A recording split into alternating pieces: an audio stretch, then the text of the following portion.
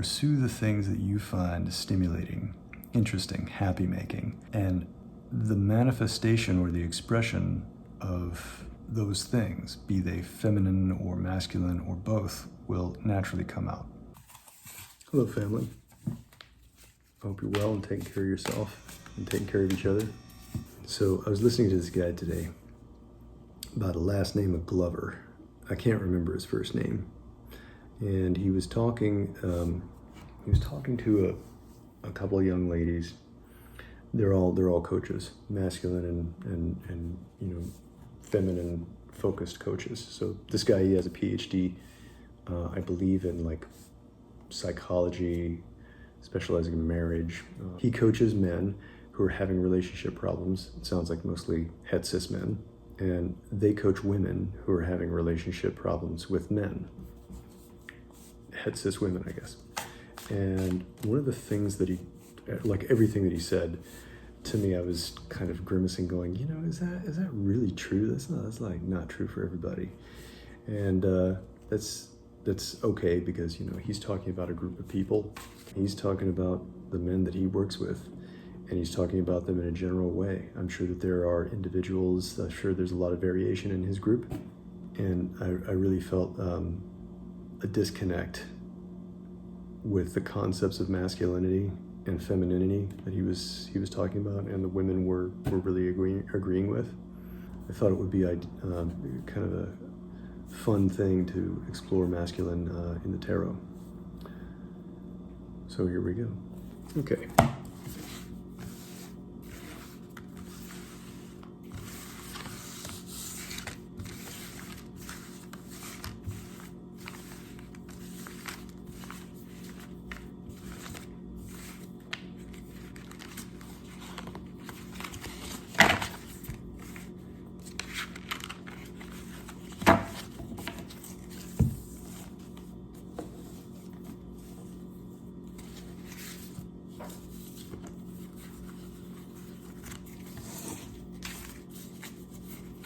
So the question, or the desire to know, is about masculine.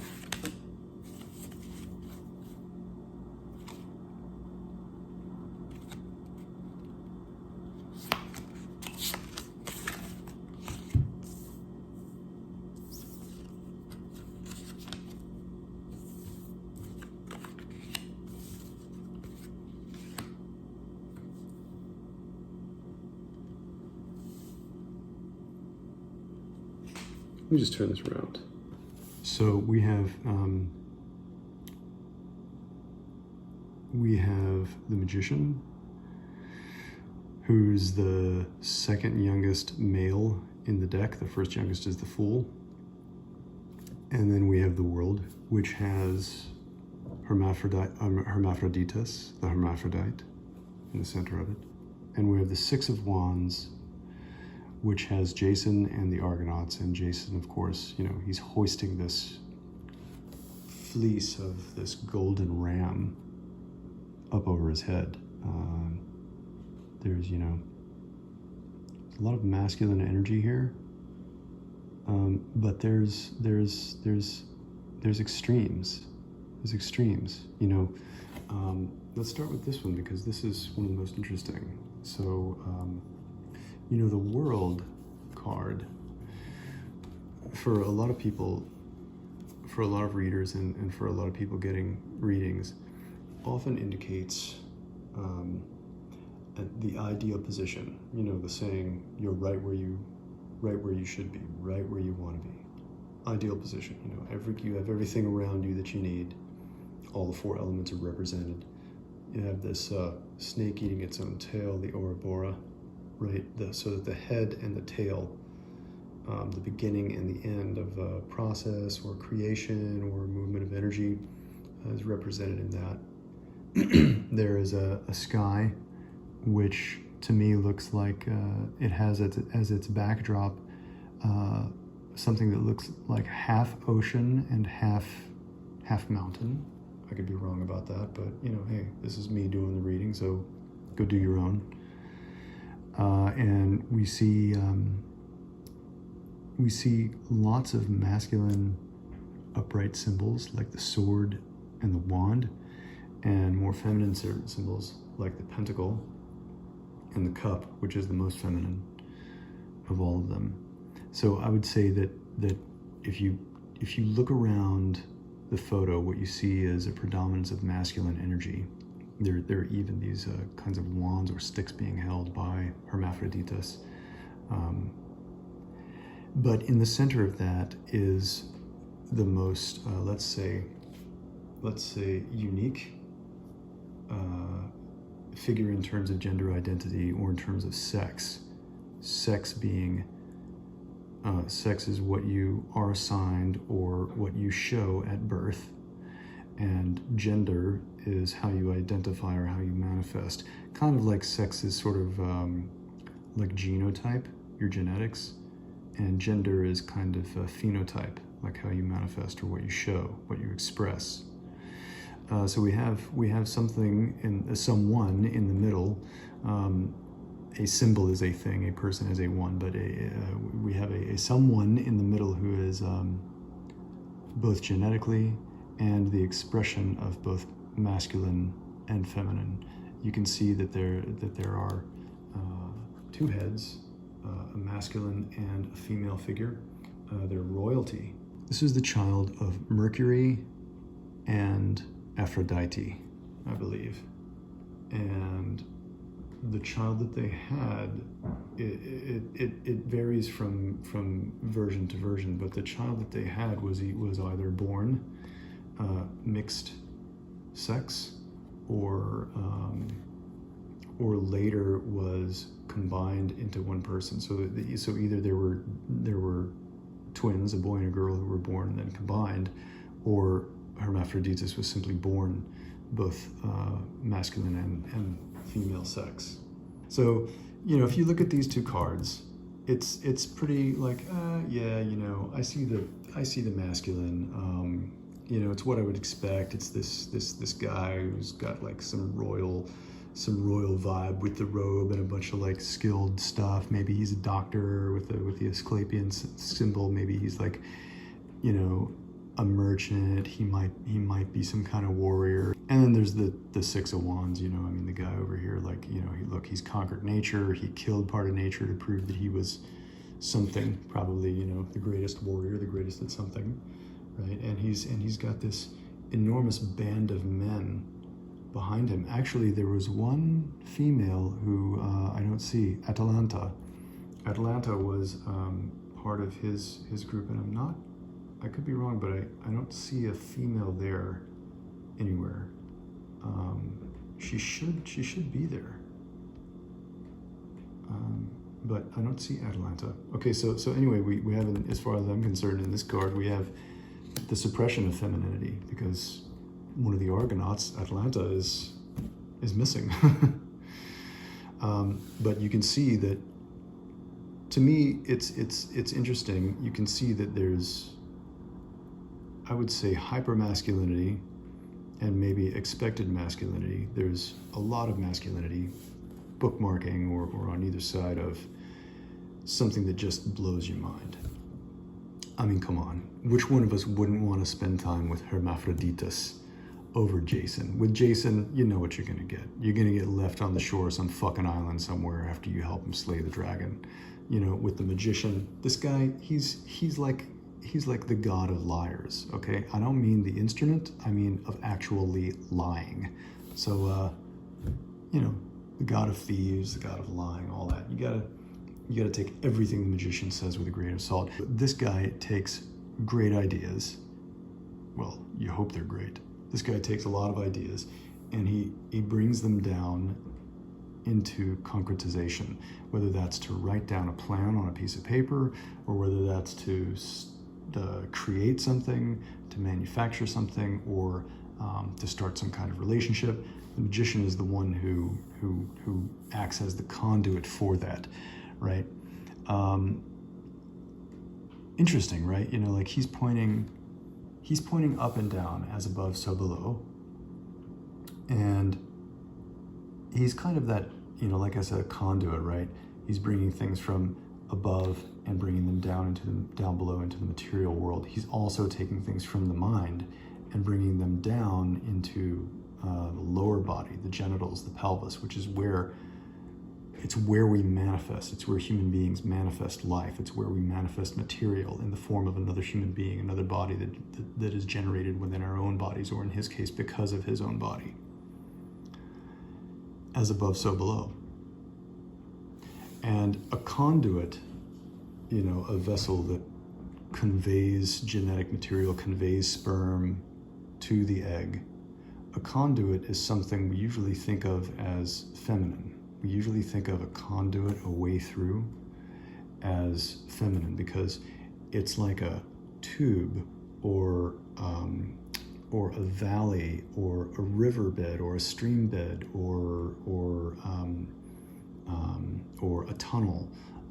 And the movement through the tunnel, the movement through the veins, the force that pushes the blood through the veins, the force that moves the water down the stream, the riverbed, the force that moves the wind down through the valley, that force itself is masculine. But it's an interesting idea to me to look at the magician and to think of him as a conduit, and to remember that the conduit, rather than the material itself that's moving through the conduit itself is a feminine concept, at least to me. That's just what I think. Hey, what do I know? I've only studied yin and yang for a while. Anyhow, the Six of Wands, just a moment ago, just a card ago in the Five of Wands, Jason was battling, let me see if I can find it in the deck. Jason was battling this fire-breathing dragon. I don't know if the monster actually had a name, but he was there with Medea, who falls in love with him and agrees to help him slay the dragon so that he can get that golden fleece. And if he gets the golden fleece, he wins the kingdom. And, there it is, the Five of Wands right there, right? Now, this is an interesting card in terms of masculinity because you have this fire-breathing dragon. Doesn't get much more masculine than that, although, and serpents, right? Serpents they're phallic and they're in that way a masculine symbol. There's wands all over the place, these upright things with red hot and yellow tips. And the dragon is guarding the thing that Jason wants. And if he wants to get through it, usually if you want to pass through, if you want to overcome an obstacle to get what it is that you want, you have to, what are some of the terms that we use? You have to man up, you have to knuckle up, you have to buckle down, you have to go after what you want, never take no for an answer. Failure is not an option, or if you're Michael Jordan, who's one of the most masculine dudes ever, failure is something to be counted. Failure is something to be kept track of so that it gives you perspective, so that it inspires you. The number of times you try is the greatest predictor of success. Failure is expected and okay. And next to Jason, holding 3 out of 5 of the wands, is a woman, Medea, the sorceress. And her magic allows Jason to overcome the dragon. And he ditches her. She falls in love with him. He gets her pregnant, sires 2 children by her, and then he leaves her. And later, there's great tragedy because of it. In the Six of Wands, however, what you see is Jason celebrating his victory. And just look at the figure, like how masculine he is. This to me again is like the Eurocentric idea of masculinity. The muscled guy doing an overhead press with a wild animal who was created by the gods and who was guarded by a fire-breathing dragon. What's more masculine than that? The fact that he's probably not wearing underwear is like just off the hook masculinity. Hey, I like the boots, by the way. Where'd you get those? Village? So, the 6, let's look at the cards themselves now. So you have 2 majors, and you have one from the minor arcana. The 6, if I remember correctly, I'm not sure about this, 6s are sort of a minor payoff. That means that someone has gotten what they want. It's kind of a minor conquest card. I'm feeling kind of like getting sex from this, you know. It's regarded by men, sex, as a sort of a conquest, not as big as getting the job or the position in your career that you want to keep for like the next 10 years, but it's a big deal, right? Being able to afford certain luxuries, you know, status, these are all, in my opinion, sex, luxuries, and status, these are all things that are minor victories. I would expect to see them show up around the Six of Wands. Could be people saying good things about you. Might be a promotion at work. Hey, promotion, lifting up, right? Could be an edification, as in his brothers edifying him that he is the most masculine, that he is the most dominant leader, right? The world, we already went over that one a good bit. Now the magician we talked about a lot, but there's more to the magician than just someone who is you know, who's the go-between for the gods, the conduit between heaven and earth, the person who brings ideas and inspiration down to concretize or to manifest them. This is Hermes, Hermes Psychopomp, and Hermes, he's tricky. You gotta really take everything that he says with a grain of salt, which in my book doesn't mean be skeptical. It means think critically, and that's probably one of the greatest attributes that the magician has. It's one of the greatest things that the magician can cause you to do, to think very, very carefully. It's interesting to me that the one person in the deck who the one card in the spread that would cause me to pause and think very carefully is also one of the least masculine. If you compare Jason and you compare the magician, again, these are all ideas based on European ideals. You know, if you compare the two of them, what you see right away is that the magician looks quite young, like an adolescent. He does not have developed muscle tone. He's not depicting any act, you know, unlike Jason with the ram, the golden ram over his head. He's not depicting any act which is, you know, dominant or victorious. The magician is bringing his masculinity into the card, or showing his masculinity through simply his being, through intellect, through creativity, through listening to the higher self. To me, this is more the true masculinity. All right. So these were just some thoughts that I hope you find relatively interesting. Oh, there's one thing more that I see in the cards. No one here is thinking about how they can balance masculine and feminine. They're not thinking about how they can be more masculine. Really, the message that I get from this spread is, you do you. You know, go after what it is that you find inspiring, what it is that moves you. Pursue the things that you find stimulating, interesting, happy-making. And much like the phenotype, the manifestation or the expression of those things, be they feminine or masculine or both, will naturally come out. Honestly, I think masculine and feminine are something for other people to worry about, hopefully people who are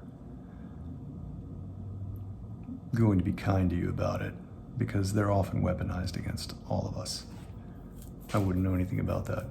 Anyway. All right, folks, keep taking care of the people around you. Keep taking care of yourself. I love you all. Bye-bye.